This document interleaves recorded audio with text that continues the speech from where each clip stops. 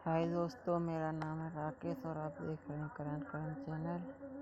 आज हम आपको बताएंगे ऐसी एप्लीकेशन के बारे में जो आपका किसी भी मैसेज आएगा, किसी भी भाई का आपका कॉल आएगी तो आपका फ़ोन खुद बताएगा कि उसका मैसेज आया है। भाई सबसे पहले हमारे चैनल को लाइक करें,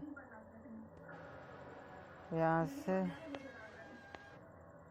लाइक करें, चैनल को सब्सक्राइब करें और बेल की घंटी को ऑन करें। चलिए तो आज हम आपको बताते हैं। इस एप्लीकेशन का नाम है साउंड। तो इसको चालू करने के लिए आप प्ले स्टोर में जाइए